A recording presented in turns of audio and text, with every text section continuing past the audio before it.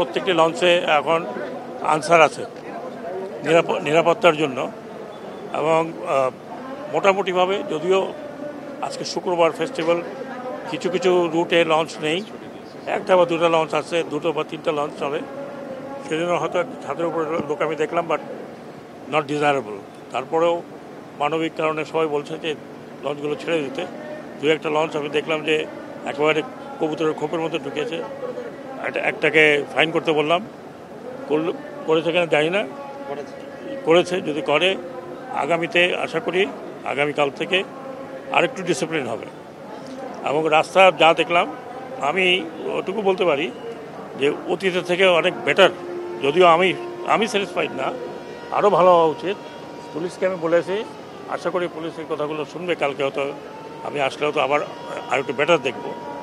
তবে এবার ঈদে যে আমরা যে কেওসটা দেখতাম, সেই কেওসটা নাই, এবং এটা একটা ভালো জিনিস, কারণ আমরা অনেক আগের থেকে প্রিপারেশন নিয়েছি। এবার এই লঞ্চ ঘাটের বিষয়ে, লঞ্চ ঘাটে কোনো অপ্রীতিকর ঘটনা যাতে না ঘটে, যাতে যাত্রীরা সহজে লঞ্চে উঠতে পারে। এখানে তো আগে দেখতাম যে সব হকাররা থাকতো, হাঁটা যেত না, রাস্তাঘাটে হকাররা অর্ধেক ধরে রাখছে। সেগুলো তো আমি আসবো বলে উঠে ফেলছে। আমি পুলিশকে নির্দেশনা দিয়েছি যাতে কালকে সকাল থেকে তারা তৎপর থাকে এখানে। আমি আমাদের স্বরাষ্ট্র উপদেষ্টাকে অনুরোধ করেছি যাতে আরও কিছু অফিসার, আরও কিছু পুলিশ এই লাইনে দেয়, কারণ অন্যান্য রাস্তা তো ভালোই আছে। এবার যে অন্যান্য রাস্তাগুলো ভালোই আছে, লঞ্চ ঘাটে একটু ভিড় বেশি থাকে, কারণ এটাই আমাদের দক্ষিণবঙ্গে যাওয়ার সহজ এবং সস্তা উপায়। তো সব দিক থেকে আমি মনে করি আমি কোয়াইট স্যাটিসফাইড।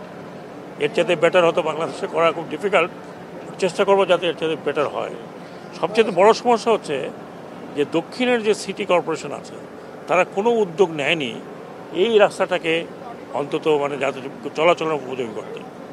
এখন নতুন সিটি কর্পোরেশনের দেখলাম যে নতুন মেয়র আসবে, যদি সেই মেয়র আসে ইয়াং এবং এনার্জেটিক, আমি সেই মেয়রের উদ্দেশ্যে বলছি যে এই জায়গাটা কি চিন্তা করতে হবে যে উপর দিয়ে আমরা ফুটপাতের মতো করে দেবো কিনা, যাতে ওই রিক্সা এক জায়গায় এসে সেখান থেকে লোকজন তো হেঁটে আসতে পারে।